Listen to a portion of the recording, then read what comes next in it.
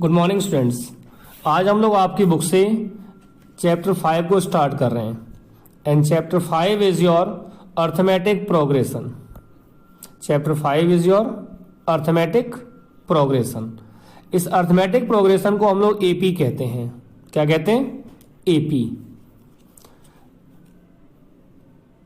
It is your chapter 5। AP के अंदर कोई भी सीक्वेंस या सीरीज लिखी होती है। जैसे मान लो कोई भी सीक्वेंस या सीरीज दे रखी है, जैसे हमने यहां 1, 3, 5, 7, 9 और 11 को लिया हुआ है। ठीक, अब इस सीक्वेंस और को आप चेक कीजिए। अगर इस सीक्वेंस में दो टर्म्स के बीच का डिफरेंस बराबर आ रहा है, जैसे 1 और 3 के बीच का डिफरेंस कितना है? +2। 3 और 5 के बीच का डिफरेंस कितना है? +2। 5 और 7 के बीच का डिफरेंस कितना है? +2। 7 और 9 के बीच का डिफरेंस कितना है? +2। 9 और 11 के बीच का डिस्टेंस कितना है? डिफरेंस +2। जब किसी सीरीज या सीक्वेंस में कॉमन डिफरेंस आपका बराबर आने लग जाए तो उस सीरीज को हम लोग अर्थमेटिक प्रोग्रेशन कहते हैं। हमने यहाँ पे एग्जाम्पल में आपको 4 सीरीज लेके दिखाया हुआ है। इन चारों सीरीज को हम एक एक करके चेक करते हैं। जैसे पहली सीरीज में क्या लिखा हुआ है? 1, 3, 5, 7, 9, 11। जब ये 1, 3, 5, 7, 9, 11 लिखा हुआ है तो 1 और 3 के बीच का डिफरेंस कितना है? +2। 5 और 3 के बीच का डिफरेंस कितना है? +2। 5 और 7 के बीच का डिफरेंस +2। 7 और 9 के बीच का डिफरेंस +2। 9 और 11 के बीच का डिफरेंस +2। जब ये कॉमन डिफरेंस बराबर होता है तो अर्थमेटिक प्रोग्रेशन होता है, और जब कॉमन डिफरेंस बराबर नहीं होता है तो अर्थमेटिक प्रोग्रेशन नहीं होता है। जैसे हमने इसका सेकंड एग्जांपल लिया, यहां लिखा हुआ है 1, 6, 11, 16, 21। अब 1 और 6 के बीच का डिफरेंस कितना है? +5। 6 और 11 के बीच का डिफरेंस कितना है? +5। 11 और 16 के बीच का डिफरेंस कितना है? +5। 16 और 21 के बीच का डिफरेंस कितना है? ये भी +5 है। जब हर टर्म के बीच का डिफरेंस बराबर हो तो ऐसी सीक्वेंस या सीरीज को हम लोग एपी कहते हैं। इस सीक्वेंस को हम लोग अर्थमेटिक प्रोग्रेशन कहते हैं। फिर हमने इसका थर्ड एग्जांपल लिया, यहां लिखा हुआ है आपका 5, 7, 11, 17 और 18। 5 और 7 के बीच का डिफरेंस कितना है? It is 2। 7 और 11 के बीच का डिफरेंस कितना है? 4। 11 और 17 के बीच का डिफरेंस कितना है? 6। 17 और 18 के बीच का डिफरेंस कितना है? 1। जब कॉमन डिफरेंस होता है तो एपी होता है, और जब कॉमन डिफरेंस नहीं होता तो एपी नहीं होता है।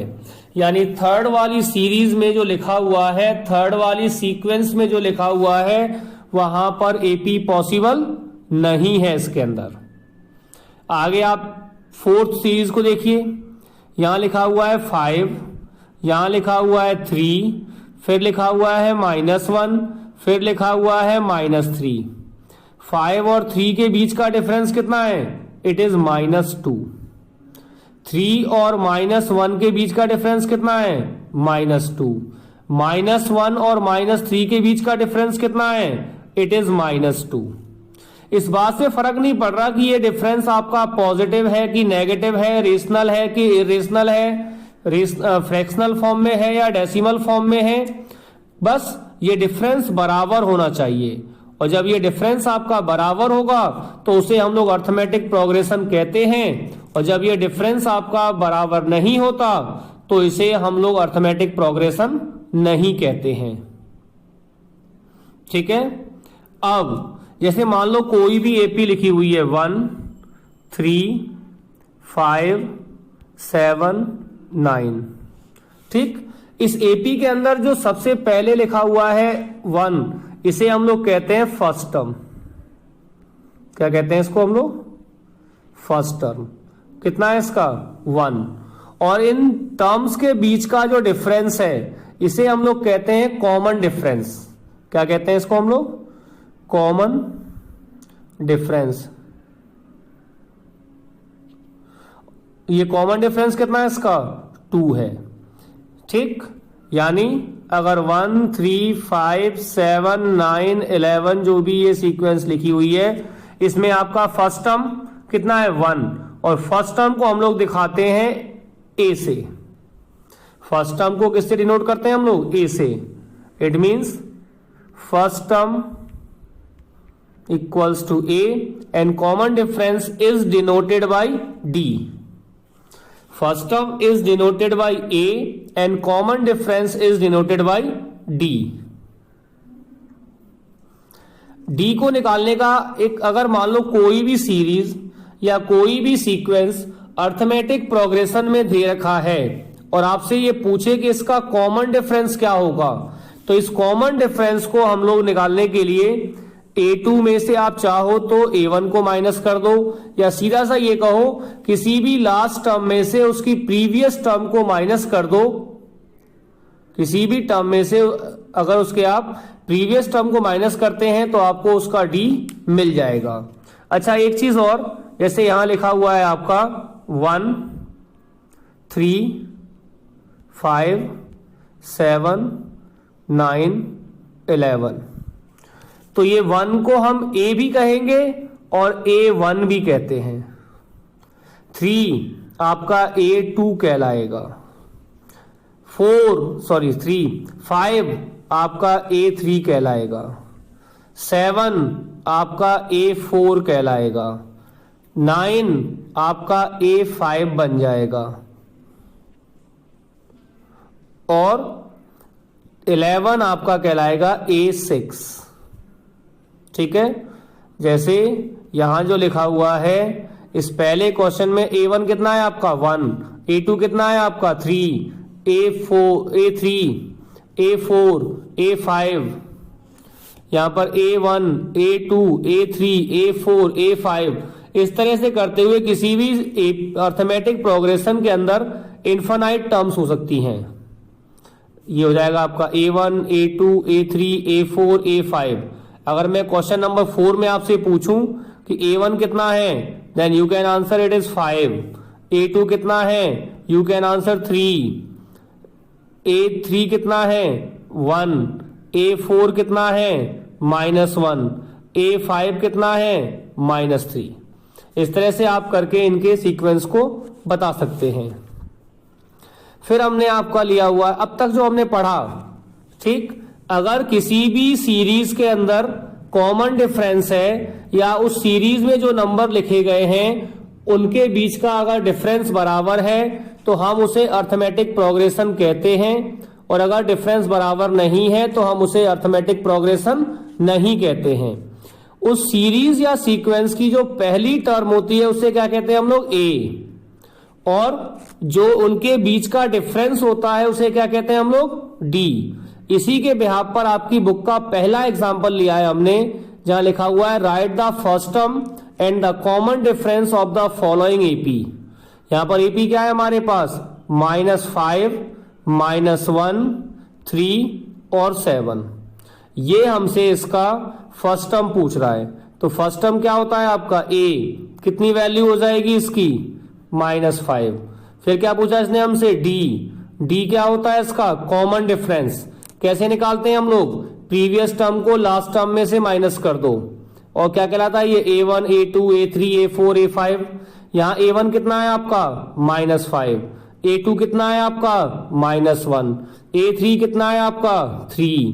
A4 कितना है आपका? 7। तो D निकालने के लिए आपकी मर्जी है, आप A2 में से A1 को माइनस कर दो, A3 में से A2 को माइनस कर दो, A4 में से A3 को माइनस कर दो, ये आपकी मर्जी है। तो यहां हमने क्या किया हुआ है? A2 में से A1 को लेस किया। A2 कितना है हमारा? -1। इसमें से लेस किसको करना है हमको? -5 को। क्या हो जाएगा ये? -1 + 5। माइनस का 1 और प्लस का 5 क्या होता है आपका? 4। इस तरह से हमने पहले एग्जाम्पल का फर्स्ट टर्म और इसका कॉमन डिफरेंस निकाला है। सेकेंड एग्जाम्पल में ये आपसे कह रहा है check which of the following sequence are in the form of an AP. यहां आपको चेक करना है कि कौन सी सीक्वेंस एपी के फॉर्म में है और कौन सी सीक्वेंस एपी के फॉर्म में नहीं है।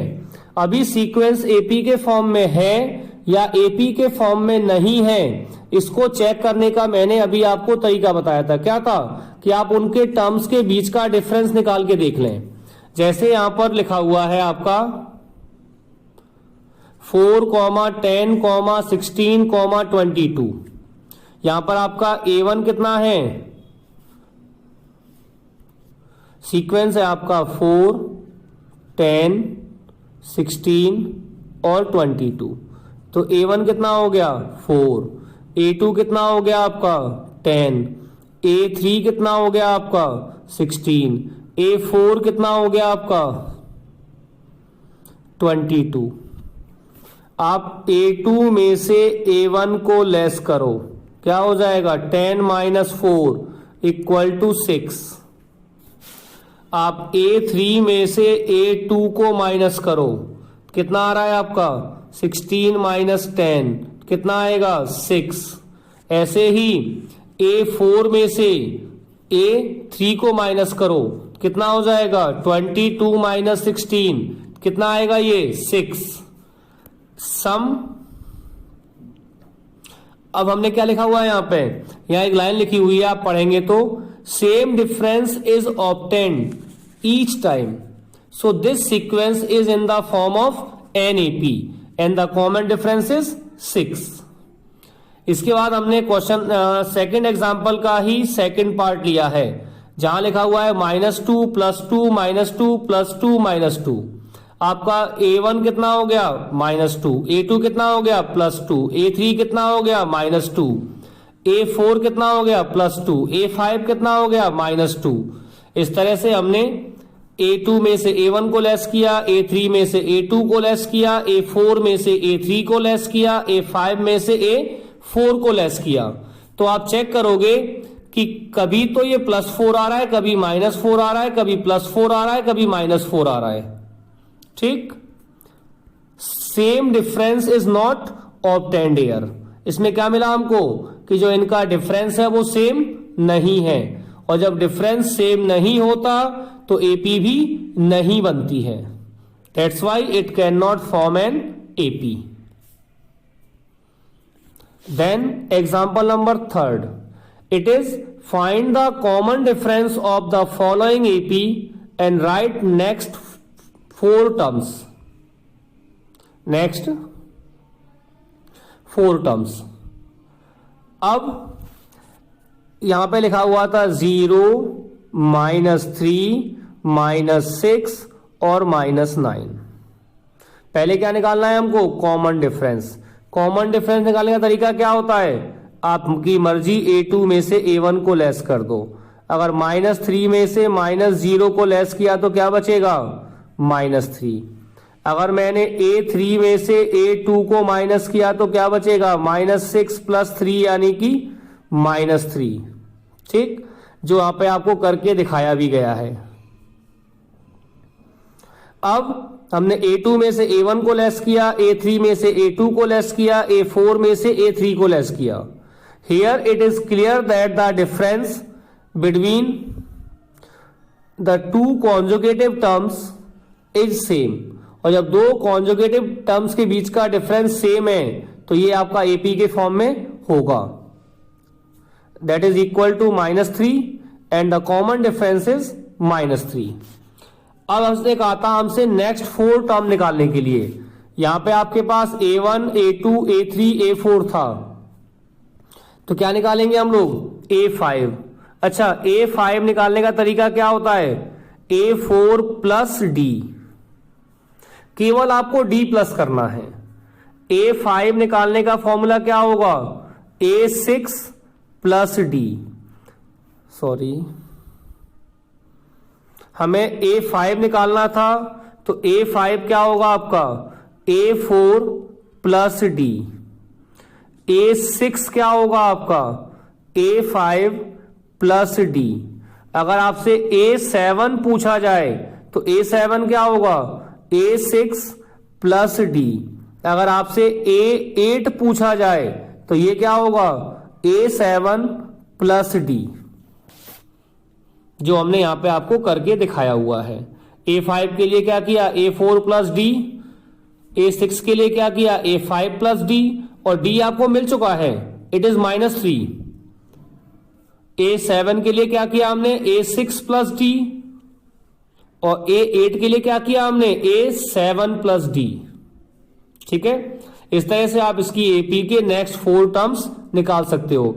यहां पर A1, A2, A3, A4 given था, हमने A5, A6, A7, A8 निकाल लिया। ठीक, फिर आपका थर्ड में ही second part, it is -1, -5/6, -2/3 and so on. पहला स्टेप क्या था, चेक करो कि ये एपी के फॉर्म में है कि नहीं। तो हमने क्या किया, A2 में से A1 को लेस किया, कितना मिला, 1/6। फिर क्या किया हमने, A3 में से A2 को लेस किया, कितना मिला हमको, 1/6। It is clear that the difference of two conjugative terms is 1/6। जब दो कॉन्जुगेटिव टर्म्स का डिफरेंस 1/6 है तो आपका A4 क्या बनेगा, A3 प्लस डी। A5 क्या होता है, A5 इक्वल्स टू, A5 क्या होता है, A4 प्लस डी। A6 क्या होगा, A5 प्लस डी। A7 क्या होगा, A6 प्लस डी। इस तरह से हमने ये चारों टर्म्स निकालनी। इसमें A1, A2, A3 गिवन था, A4, A5, A6 और A7 हमने इवेल्युएट किया था। आज होमवर्क में आप अपनी एक्सरसाइज 5.1 करके देखेंगे और कल हम लोग उन्हीं क्वेश्चंस को डिस्कस करेंगे। तब तक के लिए have a nice day and very good luck to all of you.